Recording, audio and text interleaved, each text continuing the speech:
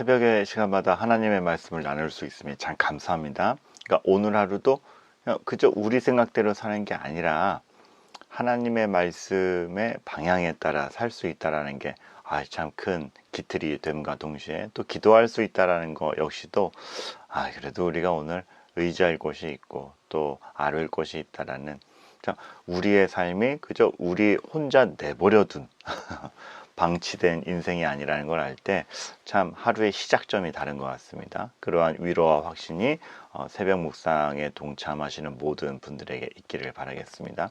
오늘 그리스도 중심 성경 읽기표 순서를 따라서 읽는데 특별히 또 핵심장은 다니엘 7장 말씀입니다. 27절을 한번 읽어보도록 하겠습니다.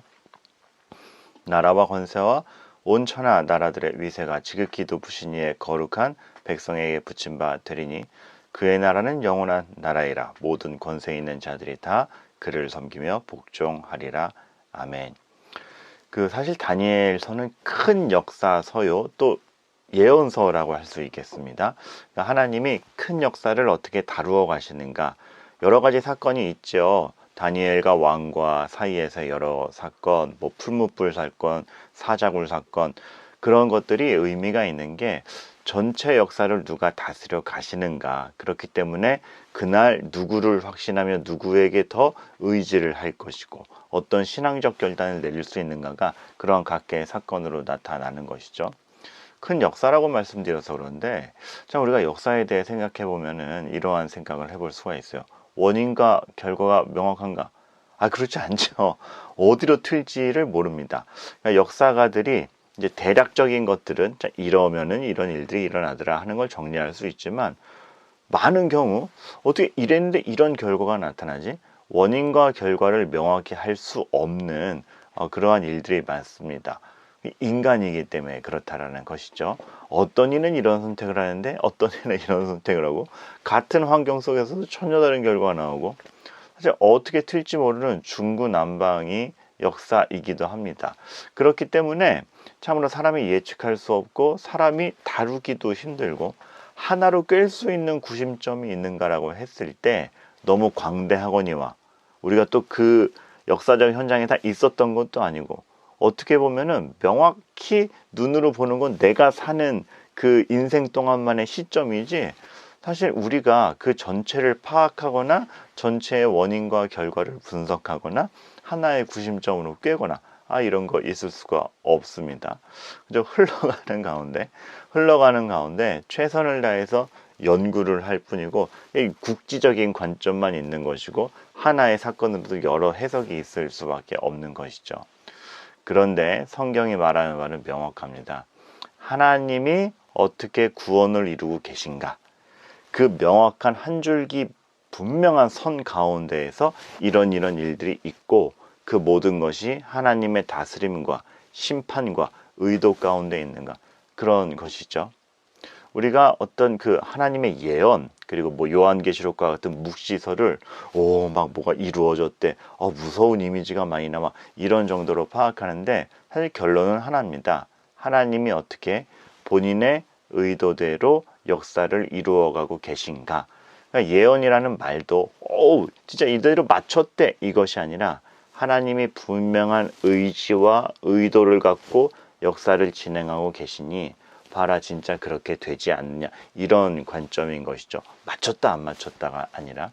그래서 우리는 이러한 다니엘서, 특별히 오늘 같이 큰 역사와 앞날에 대해서 이렇게 예언하는 것들을 보면서 어떤 그 신비적 현상, 환상 이런 걸로 취급할 것이 아니라, 하나님께서 역사를 이루고 계시고 그것을 하나님을 믿는 백성들에게 확신시켜 주었구나 라는 그러한 강렬한 손길 가운데 보게 되는 것이죠.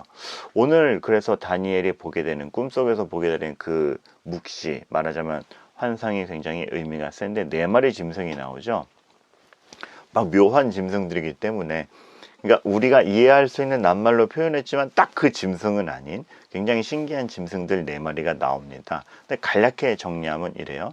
신학자들이 이제 그 나중의 흐름과 여러 가지 조건들을 보고 분석해 볼 때 이 4마리 짐승이 상징하는 건 굉장히 명확하죠. 첫 번째 짐승은 바벨론 제국을 얘기하는 건데, 그 바벨론 제국이 무너진 다음에 다시 나오는 메데 바사 페르시아 제국이 그 두 번째 짐승으로 보는 것이고, 세 번째 짐승이 헬라 제국, 그리고 마지막 제국이 로마 제국, 그리고 그 이후에 벌어지는 것들이 로마 제국 안에서의 그 여러 가지 복잡한 여건들, 그것을 이렇게 표현하고 있는 것, 이것이 굉장히 명확합니다.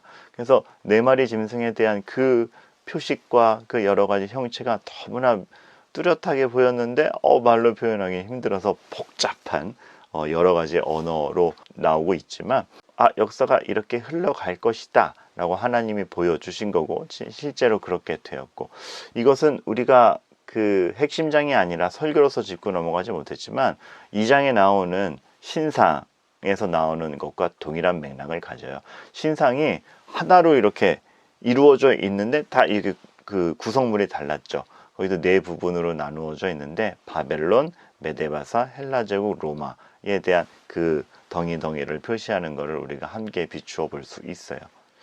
하나님께서 근데 이제 결정적으로 보여주시는 거는 그래서 그런 나라들이 있어가 아니라 너희들이 볼 때에 지금은 그리고 앞으로 올 그 강대국들이 자기들이 시대를 지배하는 것 같고, 인간의 눈으로 볼 때에도 막 그 강대국들이 모든 걸 주도하는 것 같지만 결국은 멸망할 것이며, 누가 더 세네 누가 더 약하네 누가 전성기를 가졌네와 상관없이 그것들은 다 유한한 나라이며 결국 모든 것을 최종적으로 다스리고 그 모든 나라들 위에서는 영원한 나라는 누가 세운다? 하나님이 세운다라는 것을 다니엘에게 명확히 해주고 계신 것이죠. 그래서 오늘 이 말씀이 여러 번 나옵니다. 영원한 나라, 모든 권세들 위에 있는 권세가 누구냐? 하나님으로 말미암는다라는 것을 반복적으로 표현을 하고 있죠. 나라와 권세와 온천하 나라들의 위세가 지극히 높으신 이에게 있고, 감사한 건 그의 거룩한 백성에게 그 모든 혜택이 간다라는 걸 얘기하고 있음으로써 하나님이 자신의 백성, 구원할 백성들을 결코 좌시하지만 않으시고 책임지신다라는 것을 보게 되는 것이죠.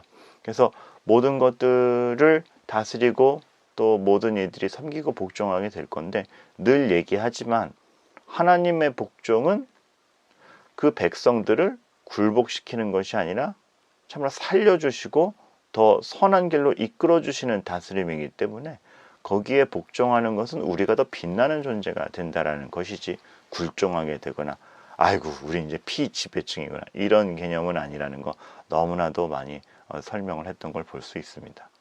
그러면 하나 더 생각해 볼게. 역사가 누구의 의도로 흘러가고 무엇이 완성될 것이가 명확하죠. 하나님의 의도로 흘러가고 있고, 하나님의 나라가, 그 선함과 의의 나라가 완성될 것이고 죄가 정복될 것이다. 너무나 명확한데요. 포로로 잡혀있던 다니엘에게 이게 어떤 의미일까라는 것이죠. 이것은 뒤집어 얘기하면 그럼 그 광대한 역사가 지금도 유효한 것인데, 결국 하나님의 나라가 완성되고 예수님이 다시 오실 것을 기다리는 우리에게도 믿음으로써 이러한 기대는 똑같을 것인데, 오늘을 살아가는 우리에게 이것은 어떤 의미일까? 그냥 지식적으로만 알고 있으면 되는 것일까? 아니죠. 실상은 이러한 것이 우리의 삶에 직접적인 연결이 돼요. 제가 개척 기도회 때 굉장히 많이 얘기했던 영화 대사 중에 하나에 이런 게 있었죠. 이정재 씨가 알면 그랬겠나 기억나시나요? 그 이정재가 그 영화 상에서, 그냥 이제 독립운동가들 얘기인데, 이정재 씨가 그 영화의 배역에서 독립운동가들에게 있다가 배반을 하죠. 그럼 나중에 이제 독립된 다음에 이렇게 옛 동료들을 만나요. 왜 배반했어? 동료들이 묻죠. 그때 이정재가 이렇게 얘기하죠. 우리가 해방될 줄 알았나? 알면 내가 그랬겠나? 그렇죠. 우리는 압니다. 무엇을? 하나님의 나라가 완성될 것을. 그것을 알고 확신하고 하나님이 이 역사를 다스린다는 것을 믿음으로 알고 있는 자 오늘 행동은 배반과 치사함과 단지 오늘을 생존하기 위한 그런 얄팍한 길로 가지 않는다라는 것, 그것을 우리가 한번 반추하여 생각해 보게 되는 것이죠. 하나님께서 분명히 오늘을 다스리시고 하나님께서 이 큰 역사를 완성해 가신다라는 걸 아는 가운데 오늘을 어떻게 살 것이냐. 그렇다면 내가 오늘 무엇에 더 비중을 둘 것이고 하나님의 말씀을 얼마나 더 높이 여길 것인가. 그리고 하나님의 말씀에 맞추어진 것으로 선택할 수 있는 그런 의지가 오늘 나에게 있는가. 다시 한번 생각하게 되는 것이죠. 그리고 하나님 앞에 오늘 하루 나의 어떤 헌신과 충성이 그냥 날아가는 것이 아니라 얼마나 의미 있게 쌓여가고 있는 것인가. 그런 것을 알 때 굉장히 많은 격려를 받을 수 있게 됩니다. 하나님이 역사를 다루어 가신다라는 것이 오늘 하루 여러분에게 정말 큰 의미가 있기를 소망을 합니다. 하나님 앞에서 순전하시고 격려를 받으시기를 바랍니다. 기도하겠습니다. 하나님의 큰 손길과 더불어 이 시대를 살아가는 우리에게 섬세하게 미치는 손길까지 함께 보게 됩니다. 다니엘이 가지고 있었던 확신을 우리에게도 주시고 오늘 하루의 우리 삶이 하나님 안에서 얼마나 의미 있는 것인가 알게 하여 주시옵소서. 감사드리며 예수 그리스도의 이름으로 기도합니다. 아멘. 오늘도 역시 공동의 기도 제목으로 기도하시고 개인 기도의 자리로 나아가시기 바랍니다.